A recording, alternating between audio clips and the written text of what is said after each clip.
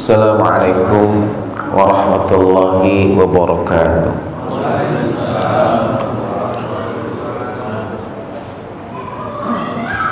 Alhamdulillah alladzi an'amana bi ni'matil hidayah wal inayah wal khurriyah. Wassalatu wassalamu ala rasulillah nabiyyina Muhammadin ibni Abdillah wa ala alihi wa sahbihi wa mawalah, amma ba'du. Subhanaka la ilma lana illa ma 'allamtana innaka antal alimul hakim. Rabbi shrah li sadri wa yassir li amri wahlul 'uqdatam min lisani yafqahu qawli. Allahumma inna nas'aluka ilman nafi'an wa rizqan wasi'an wa 'amalan mutaqabbalan. Allahumma inna na'udzubika min ilmin la yanfa' wa min qalbin la yakhsha wa min nafsin la tashba wa min du'ain la yusma' bi rahmatika ya arhamar rahimin. Bapak-bapak, para jamaah Masjid Al-Hidayah rahimakumullah, alhamdulillah kita sudah selayaknya berterima kasih dan bersyukur kepada Allah yang telah mencukupi segala kebutuhan hidup kita, yang menjaga kesehatan kita, yang senantiasa membimbing kita, menuntun kita untuk senantiasa mentaatinya. Sekaligus Allah juga yang telah meringankan langkah kaki kita untuk memakmurkan rumahnya ini. Mudah-mudahan ibadah kita diterima Allah Subhanahu wa ta'ala.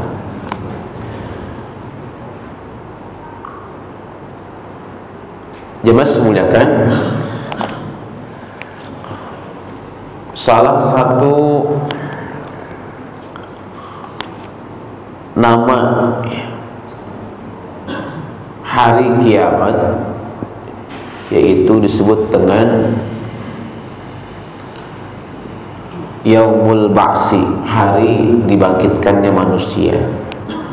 Dan di kitab At-Tazkirah ini dijelaskan dengan detil bagaimana keadaan manusia itu saat dibangkitkan dari alam kuburnya. Ini harus kita pelajari, harus kita pahami, karena kita sadar bahwa setiap kita pasti akan dibangkitkan dari kubur kita masing-masing. Dan tentunya kita menginginkan saat nanti Allah bangkitkan kita dari kubur, Allah muliakan kita, Allah bangkitkan kita dalam keadaan bercahaya wajah kita, dijemput oleh malaikat yang mulia. Jemaah semuliakan, dalam hadis Muslim, Sahih Muslim, hadis yang ke-2878, hadis ini sahih, riwayat daripada Jabir bin Abdullah. Dia berkata bahwa Rasulullah bersabda, "Yub'asu kullu abdin ala ma mata alaihi." Tiap orang akan dibangkitkan dalam keadaan seperti ketika dia meninggal. Saya ulangi, tiap orang nanti dibangkitkan dari kuburnya dalam keadaan seperti ketika dia meninggal. Gitu. Maka orang yang meninggalnya terbunuh di medan perang dalam keadaan luka berdarah, maka nanti bangkit dari kubur dalam keadaan tubuhnya ada luka tepat di mana dia ketika itu terluka, apakah dadanya, apakah kepalanya, apakah kakinya. orang yang ketika meninggal dalam keadaan memakai ihram, maka dibangkitkan dalam keadaan memakai ihram. Orang yang meninggal saat dia sedang bertalbiyah, maka bangkit dia membaca talbiyah. Jadi bagaimana dia meninggal, begitulah dia akan bangkit dari kuburnya. Dalam hadis yang lain, ini dalam kitab hadis Sahih Bukhari, berikan Sahih Muslim ya, hadis yang ke-7108, Abdullah bin Umar meriwayatkan bahwa Rasulullah bersabda, ya,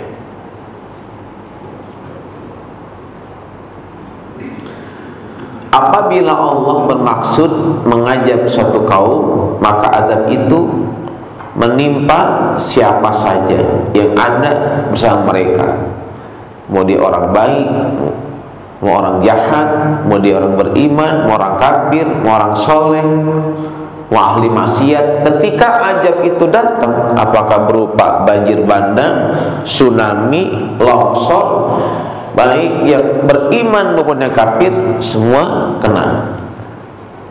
Ya. Namun mereka kelak nanti dibangkitkan sesuai niat masing-masing. Ya. Sesuai dengan bagaimana ketika dia itu ya mengalami musibah, dalam kondisi bagaimana, ya. Hatinya bagaimana dalam keadaan dia hatinya ketika itu ridho, ya, atau dalam keadaan nggak ridho, ya. Dalam keadaan mukmin ataukah nifak, nanti dibangkitkan dalam keadaan sesuai dengan niatnya masing-masing. Kemudian diperkuat dengan hadis Sahih Bukhari juga, hadis yang ke-2803, ya, bahwasanya dari Abu Hurairah Nabi kita bersabda, demi Allah yang menggenggam jiwaku, tidak seorang pun di antara kalian yang terluka di jalan Allah, dan Allah tentu lebih tahu siapa yang terluka di jalannya, melainkan dia datang pada hari kiamat dalam keadaan lukanya berlumur darah, warnanya merah, namun harumnya seperti harumnya minyak kasturi. Jadi orang-orang yang mati syahid, jamaah sekalian, baik yang perang bersama Nabi dulu, perang Uhud, perang Badar, kan mereka itu terluka parah, maupun yang perang setelahnya, maupun yang perang hari ini di Gaza, di Palestina, ya. Mereka berperang melawan Zionis, ya. Tubuh mereka berlumur darah, ya, hancur berlumur darah. Maka kata Nabi, orang-orang yang terluka di jalan Allah, ya, maka dia akan dibangkitkan datang pada hari kiamat dalam keadaan lukanya berlumuran darah, warnanya merah darah, namun harumnya seperti minyak kasturi. Nah, ini tadi yang saya katakan bahwa ya, tiap orang akan dibangkitkan dalam keadaan seperti dia meninggal dunia. Maka penting di sini kita harus berusaha, ya, dalam keseharian kita, dalam tiap waktu yang kita lewati, kita dalam keadaan sedang mentaati Allah, ya, sedang beriman kepada Allah, ya, agar kapanpun dan dimanapun kita meninggal dunia enggak masalah. Yang penting kita lagi mentaati Allah, lagi menjalankan syariatnya, gitu, ya. Kemudian Dalam hadis yang lain, Nabi kita Muhammad SAW bersabda, "Hai Abdullah, jika kamu terbunuh dalam keadaan sabar dan mengharapkan ridhonya Allah, maka kamu akan dibangkitkan dalam keadaan sabar dan mengharapkan ridhonya Allah. Tapi kalau kamu terbunuh dalam keadaan riya dan membanggakan diri, maka kamu akan dibangkitkan dalam keadaan riya dan membanggakan diri. Sesuai keadaan kamu ketika berperang atau terbunuh, begitulah Allah akan membangkitkan kamu." Tuh ya. Jadi kondisi hati kita lagi ikhlas atau riya, kan yang lebih tahu itu Allah. Ya. Maka penting kita menjaga dan mengkondisikan hati kita itu ketika kita beraktivitas, ya, selalu diniatkan dalam rangka mencari ridhonya Allah Subhanahu wa ta'ala. Maka ketika seorang suami itu, ya, dia keluar rumah mencari nafkah untuk memenuhi kebutuhan keluarganya, istrinya, anaknya, dan dia niatkan semata-mata karena ingin mengharapkan ridhonya Allah, maka dia sedang fisabilillah. Andaikan dia meninggal dunia dalam keadaan sedang bekerja, berdagang, mencari nafkah, maka meninggalnya husnul khotimah. Tuh ya. Sama halnya orang yang bekerja, anak yang bekerja mencari nafkah untuk ayahnya yang sudah tua, ya, orang tuanya udah nggak sanggup lagi cari nafkah, maka anaknya yang cari nafkah. Dia bekerja untuk supaya ayahnya bisa makan yang enak, kalau sakit bisa berobat. Dia bekerja niatnya untuk berbakti pada orang tuanya, itu pun fisabilillah. Kalau seandainya dia mengalami kejadian kecelakaan kan, ya, dia meninggalnya husnul khotimah. Tapi kalau dia keluar rumah, ya, mencari nafkah, bekerja, berdagang hanya untuk dunia, hanya untuk gagah-gagahan, hanya untuk riya, maka dia sedang berada di jalan setan, ya mas sekalian, di jalan setan. Andai pun dia meninggal dunia, dia bukan termasuk orang-orang yang meninggalnya husnul khatimah. Karena ketika dia bekerja itu niatnya hanya untuk mencari harta tok, ya. Niatnya hanya untuk gagah-gagahan, gengsi, ya, dan mencari, ya, duniawi, ya, hanya mencari materi semata saja, tidak untuk mencari atau mengejar ridhonya Allah Subhanahu wa ta'ala. Nah, jemaah semuliakan, dalam kitab Sahih Bukhari hadis yang ke-1265, ya,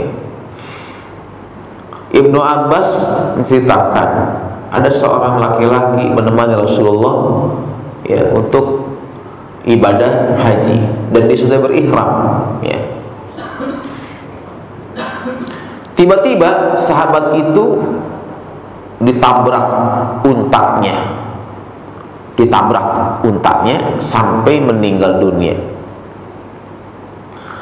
Maka Rasulullah bersabda, mandikan dia dengan air dan daun bidara, kapani dengan pakaiannya, pakai ihramnya itu, kapani, ya, dengan pakaiannya itu, pakaian ihram. Tapi jangan beri dia wewangian. Nah, kenapa? Dia lagi ihram. Kalau lagi ihram kan dilarang pakai wangi-wangian, betul? Ya Pak ya? Sampai kalau dia meninggal dunia tetap nggak boleh pakai wangi-wangian, dan dikapani dengan kain ihram yang dia pakai itu. Dan jangan tutupi kepalanya. Tuh bayangin, nih Nabi sampai detil. Jadi orang kalau meninggalnya lagi ihram, ya, sampai dikafaninya itu jangan ditutup kepalanya. Kenapa? Karena memang lagi ihram, nggak boleh nutup kepala, nggak boleh pakai peci, ya. Beda perempuan harus pakai, karena itu aurat, ya kan? Kenapa? Karena dia nanti akan dibangkitkan pada hari kiamat dalam keadaan berihram, dalam keadaan bertalbiyah, labbaik Allahumma labbaik. Jadi orang kalau lagi pakai ihram, ya Pak, ya, udah ngambil mikot untuk niat haji, niat umroh, kan dia talbiyah tuh, labbaik Allahumma labbaik, ya. Kalau dia mengalami peristiwa yang membuat dia celaka, ya, apakah busnya kecelakaan, kayak belum lama tuh kan ada jamaah Indonesia busnya itu kecelakaan, ya, betul, sampai kebakar tuh, ya. Kalau dia meninggal dalam keadaan seperti itu, ya, maka dia akan dibangkitkan pada hari kiamat dalam keadaan berihram dan bertalbiyah. Hadis ini sahih dalam kitab Bukhari hadis 1265 dan dalam kitab hadis sahih Muslim hadis 1026, ya. Nah, hadis ini menjadi ya ibrah buat kita, pelajaran buat kita. Kita nanti kalau mau dibangkitkan, ya, seperti apa, ya, sebagai apa gitu.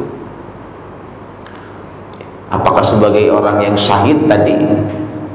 Apakah sebagai orang yang sedang bertalbiyah atau berihram? Ya? Atau dibangkitkan dalam keadaan kita yang sedang maksiat? Nauzubillah min dzalik, ya. Nah, mudah-mudahan, ya, Allah senantiasa jaga iman kita. Amin. Allah jaga senantiasa akidah kita agar, ya, kapanpun kita meninggal dunia kita dalam keadaan sedang beriman kepada Allah, dalam keadaan Allah ridhoi kita, ya. Kemudian jemaah sekalian yang saya muliakan, dalam hadis yang lain dikatakan sesungguhnya para muazzin dan orang-orang yang bertalbiyah akan keluar dari kubur mereka pada hari kiamat. Yang muazzin dalam keadaan dia berazan. Jadi begitu bangkit dari kubur nih, saya akan azan di sini.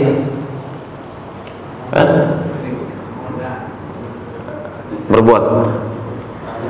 Ya, kalau dia azannya itu ikhlas karena Allah, ya, dia mendapat pahala sebanyak orang yang datang sholat.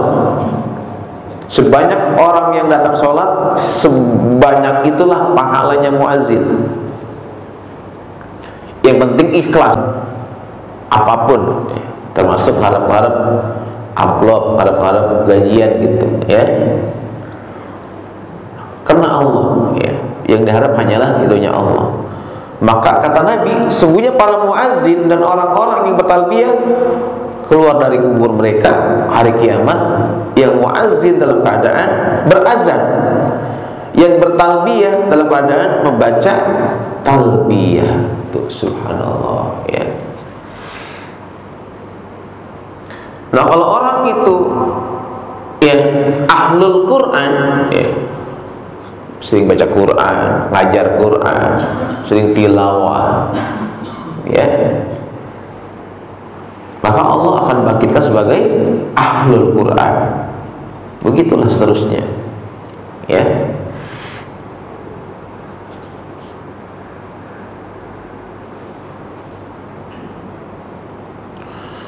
Nah, jemaah semuliakan,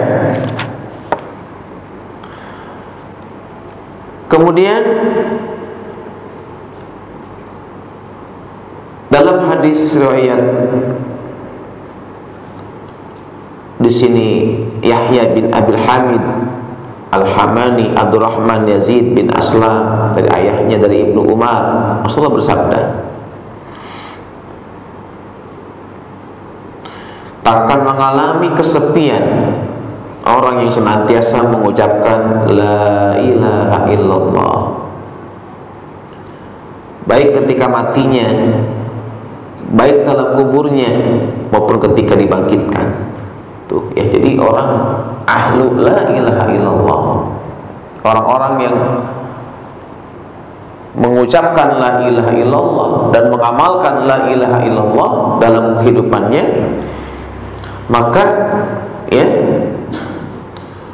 orang itu ya tidak akan mengalami kesusahan, kesepian, baik ketika matinya dalam kuburnya maupun ketika dibangkitkan di hari kiamat. Seakan-akan aku melihat ahli la ilaha illallah itu sedang mengibaskan debu dari kepalanya sambil mengucapkan segala puji bagi Allah yang menghilangkan kesusahan dari kami.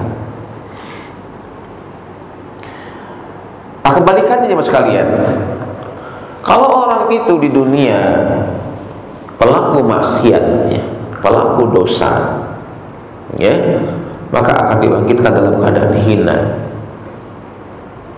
Ya, contohnya, ada wanita yang melakukan tindakan nihaya, tindakan meratapi kematian, gitu. Kan air mata yang paling kejam adalah air mata yang keluar dari seseorang yang menangisi, yang menangis histeris, sambil meratapi keluarganya, apakah itu bapaknya, ibunya, anaknya, atau istrinya, atau suaminya.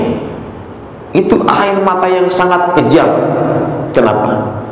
Karena mayit itu akan disiksa oleh Allah akibat tangisan keluarganya, gitu.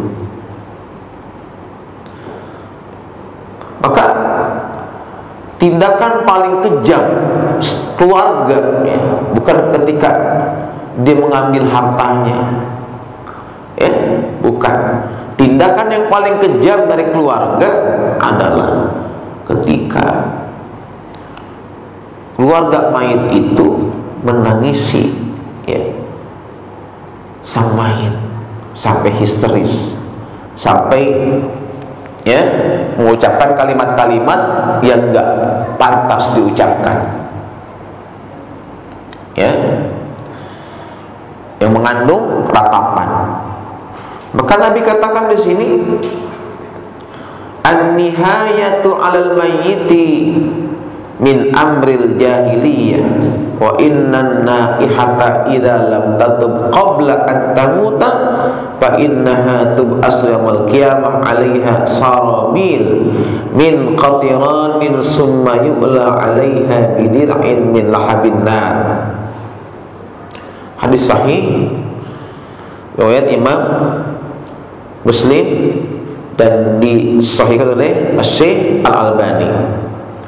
Kata Nabi, meratap itu termasuk tradisi jahiliyah, gitu.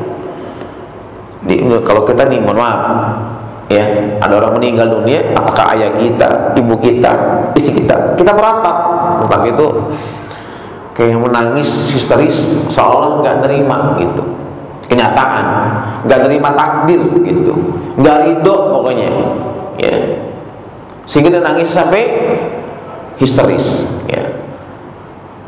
Kata Nabi, meratap itu termasuk tradisi jahiliyah, dan sesungguhnya perempuan yang suka meratap apabila dia mati dan belum tobat, maka Allah akan memotongkan untuknya pakaian yang terbuat dari api neraka dan baju dari nyala api. Na'udzubillah min dzalik, jemaah sekalian.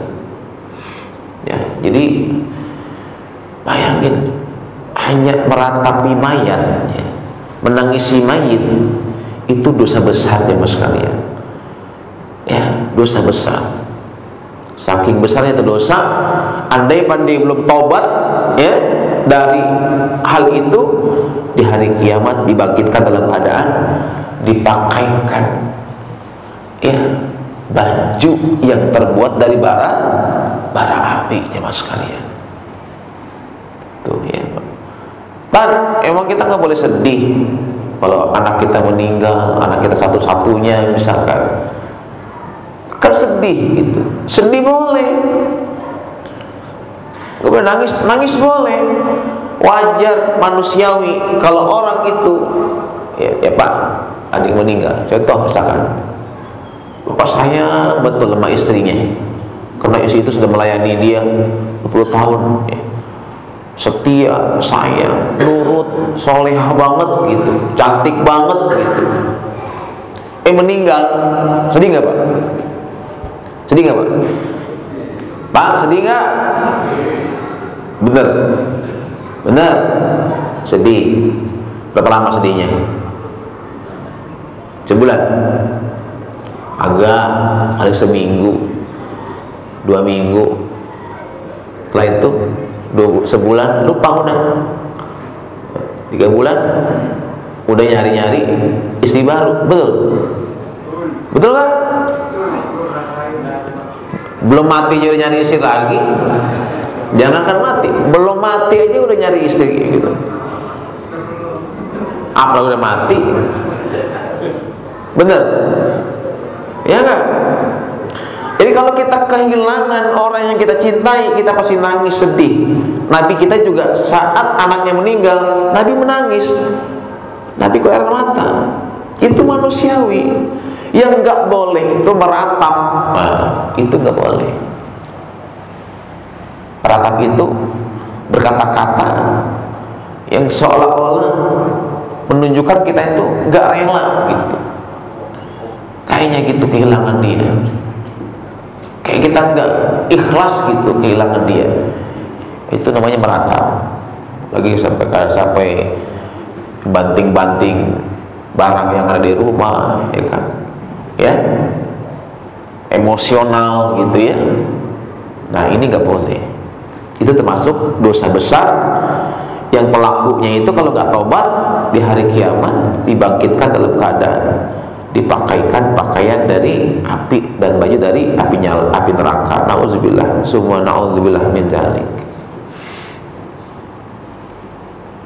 Kemudian jemaah sekalian, orang yang curang, korup ya, ketika dia dikasih amanah pemimpin sebagai pejabat, maka Allah akan bangkitkan dia ya dengan membawa harta hasil korupsinya. Gitu. Ini dituangkan di Quran surat Ali Imran ayat 191. Wa may yaglul ya'ti bima ghalla yaumal qiyamah. Ali Imran 1. Barang siapa yang curang, korup ya, dalam urusan yang pernah diamanahkan kepadanya, apakah sebagai lurah, ya, camat, wali kota, bupati, gubernur, presiden, ya. Kalau dia curang, ya, mengambil harta yang bukan miliknya, maka kata Allah, maka pada hari kiamat dia akan datang membawa apa yang dia ambil secara curang itu. Nauzubillah min dzalik jemaah sekalian. Kebayang nggak tuh orang yang korupsi minyak Pertamina berapa triliun tuh? Kan lagi lomba korupsi nih di Indonesia ya, benar, lomba-lomba korupsi tertinggi kan Pertamina ya, ya. Terus habis Pertamina apa tuh? Yakut dan Haji. Oh banyak pokoknya kompetisinya tuh. Ya, belum Jiwasraya, belum yang kelapa sawit, ya kan, banyak banget lah. Nilainya itu bukan lagi miliar, udah triliunan. Maka nanti hari kiamat dia akan datang kepada Allah membawa harta hasil korupsinya itu, dan mudah bagi Allah mendatangkan itu, mudah bagi Allah mengumpulkan harta yang pernah dia curangi itu. Ya. Terus rentenir, orang yang makan harta hasil riba, ya, maka orang itu akan dibangkitkan dari kiamat, ya, bagaikan orang yang tercekik, orang yang kecekik, seperti orang yang kerasukan setan. Ya, kita lihat di Quran surat Al-Baqarah 275. Alladzina ya'kuluna riba la yaqumuna illa kama yaqumul ladzi yatakhabbathu syaitan minal massi.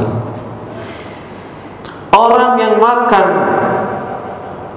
dari harta riba, ya, maka dia tidak dapat berdiri melainkan seperti berdirinya orang yang kemasukan setan lantaran tekanan penyakit gila.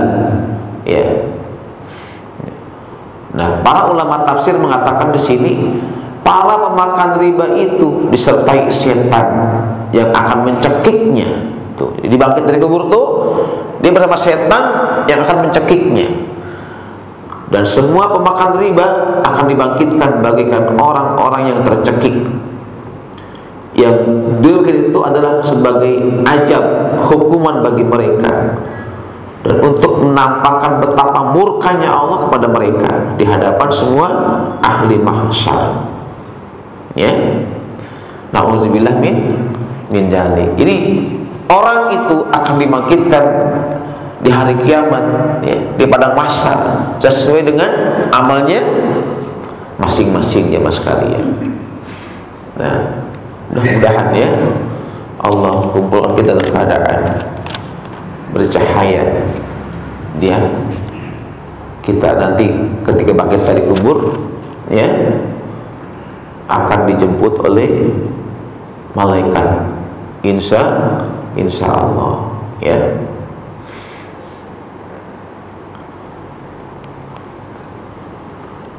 Jemaah semuanya, kemudian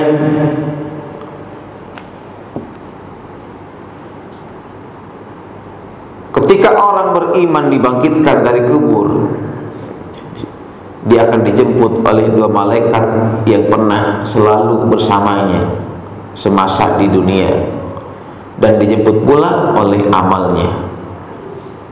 Ya. Dalam hadis Jabir,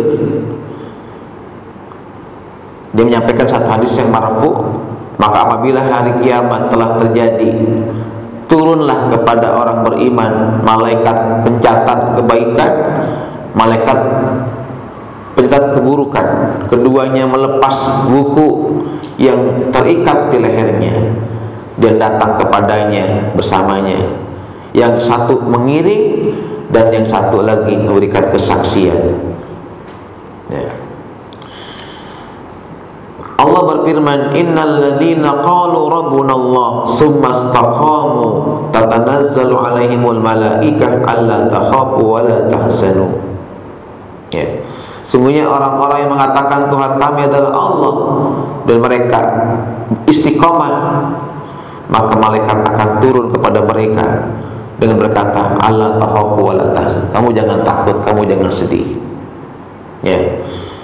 Di sini, ya, jelaskan telah sampai kepada kami berita bahwa ketika hamba mukmin dibangkitkan dari kuburnya, dia dijemput dua malaikat yang dulu selalu menyertainya semasa di dunia.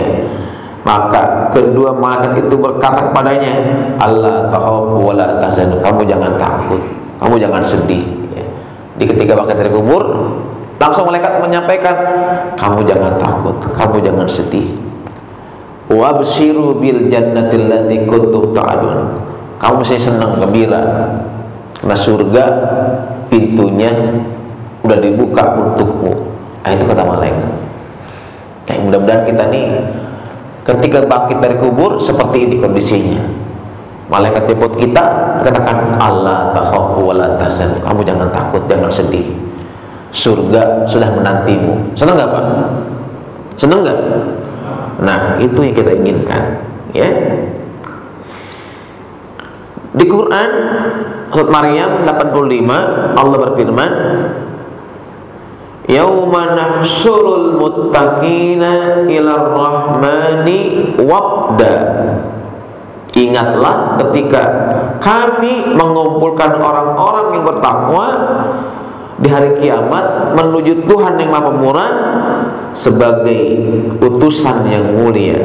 Nah, ketika Nabi baca ayat ini, jemaah sekalian, ketika Nabi baca ayat ini, Nabi bertanya kepada sahabat, tahukah kalian apa yang dimaksud dengan wabda, utusan mulia? Nabi jawab, kami enggak tahu Rasulullah. Nabi jawab, orang-orang yang beriman, orang takwa itu ketika bangkit dari kuburnya, dia akan dijemput oleh malaikat dan dibawakan kendaraan istimewa.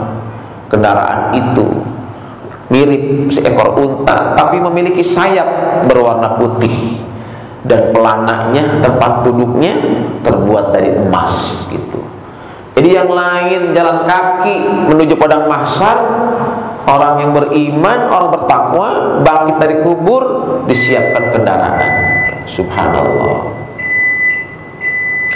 Baik, ya sudah waktu azan. Azan dulu, persilakan.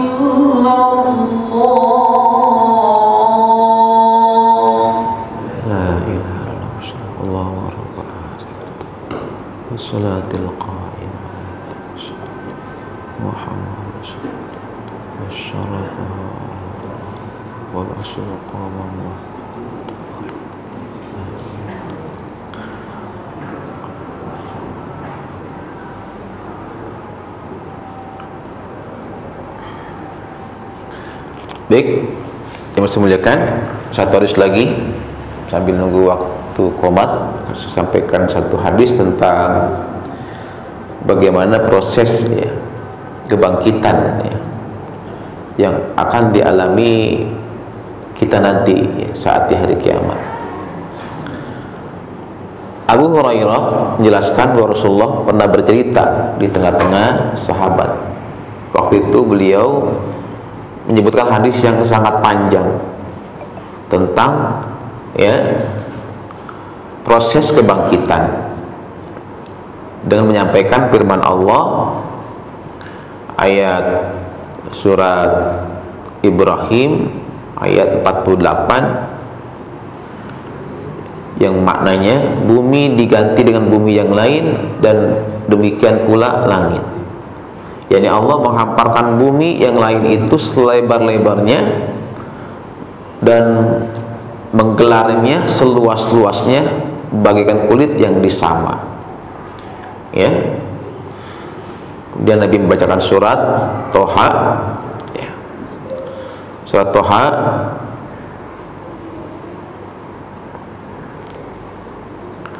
ayat yang ke 107 167, fayadharuha qa'an safsafa la tara fiha iwaja wala amta. Kemudian dia Allah akan menjadikan bekas gunung itu rata sama sekali, sehingga kamu tidak akan melihat lagi ada tempat yang rendah dan yang tinggi di sana. Jadi padang mahsyar itu digambarkan tempatnya itu nggak ada yang rendah, nggak ada yang tinggi, sama semuanya. Kemudian Allah ya, memanggil seluruh makhluknya dengan satu panggilan, maka tiba-tiba berada di bumi yang telah berganti tersebut pada posisi seperti posisi mereka dulu. Maksudnya makhluk yang dulu berada di dalam tanah kali ini pun berada dalam tanah, dan yang dulu berada di permukaan tanah kali ini pun berada di permukaan tanah. Dan itu Allah menurunkan kepada kalian air dari bawah arsy, disebut ma'ul hayah, air kehidupan. Langit menghujani kalian selama 40 tahun sehingga air mengenangi kamu setinggi 12 hasta. Kemudian Allah menyuruh jasad itu tumbuh bagaikan tumbuhnya kecambah dan sayur mayur. hingga manakala tubuh seluruh makhluk tadi telah sempurna pertumbuhannya jadi seperti sedia kala, maka Allah berfirman, hiduplah Jibril, Mikail, Israfil. Nanti pertama kali yang dihidupkan ya, ketika hari bangkitan itu adalah malaikat Jibril, ya, Mikail, Israfil. 3 malaikat ini yang pertama kali dibangkitkan, dihidupkan. Karena kan ketika kiamat itu semua mati, ya, termasuk malaikat. Ya. Israfil pun yang sangkala juga mati juga. Ya. Lalu disuruhnya Israfil mengambil sangkakala, dan Allah memanggil seluruh ruh-ruh, ya, roh-roh, ya, dipanggil semua, roh makhluk hidup, ya, roh manusia, ya, roh para malaikat dipanggil, sehingga berdatanganlah roh-roh itu. Roh-roh kaum muslimin tampak bersinar cemerlang, sedang roh-roh yang lain gelap, ya, tergantung dosanya. Maka Allah mengambil semua roh-roh itu dan menaruhnya ke dalam sangkakala. Jadi semua roh itu dimasukkan ke dalam sangkakala.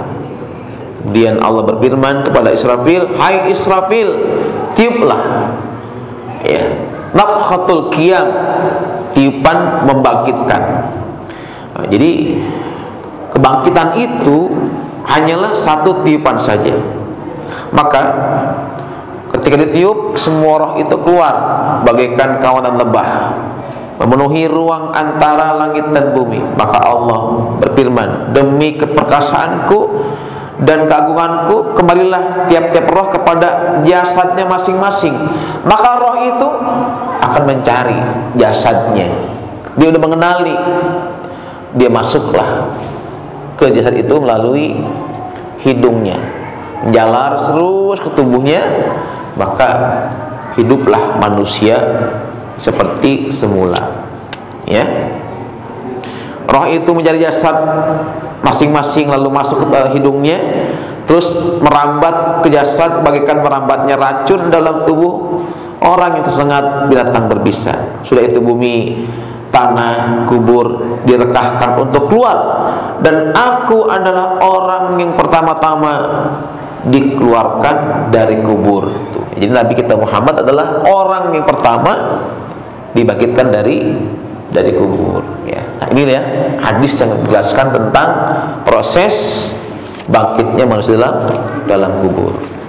Baik, sampai di sini ya Mas sekalian.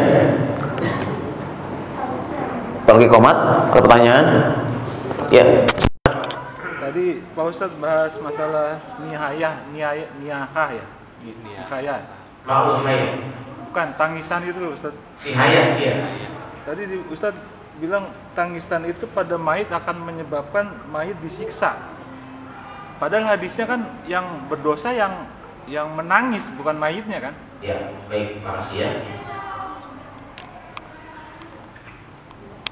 Kasih bilang, tangisan yang paling kejam adalah tangisan keluarga mayit yang menangisi mayit sambil nihaya, meratapi.